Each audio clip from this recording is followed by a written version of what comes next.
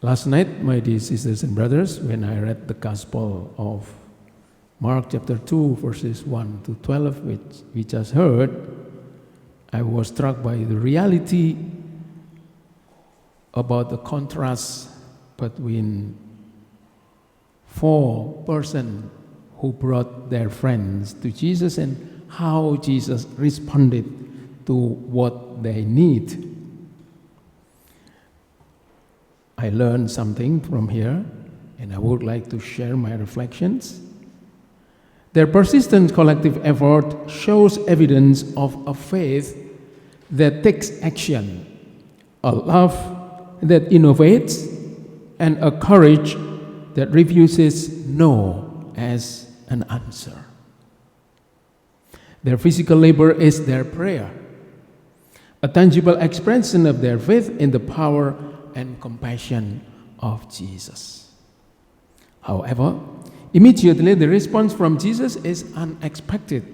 When he first sees their faith, he says, "Son, your sins are forgiven."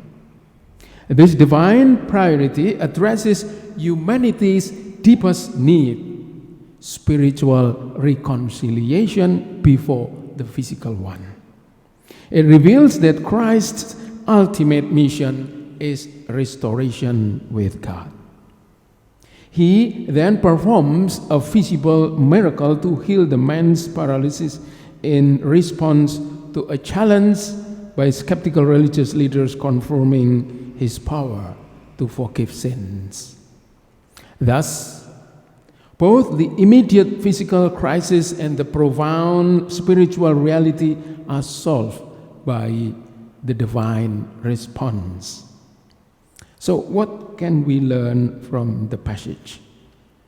These are 3 significant takeaways for today's life, for our life as Christians. First, steadfast and collective faith is powerful.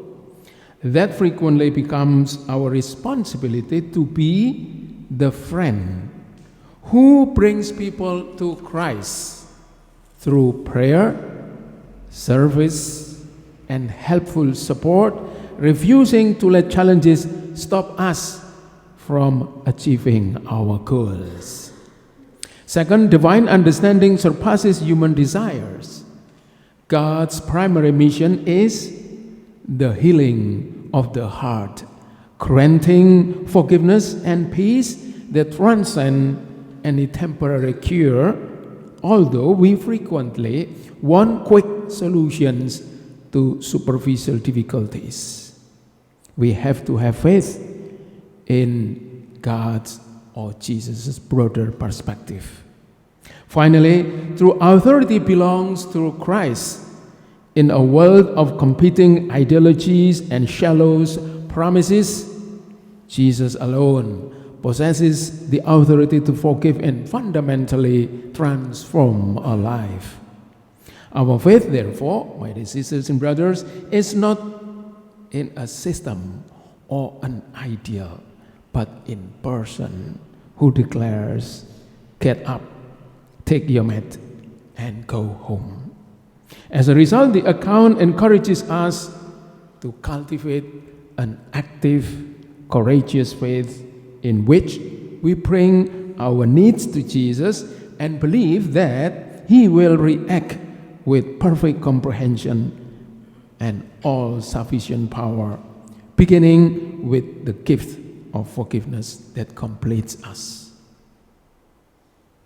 If you try to connect the gospel today with the first reading, you will see another reflection, a very deep, strong, profound, and meaningful reflection. But of course, I will not share that, otherwise my reflection will be very long.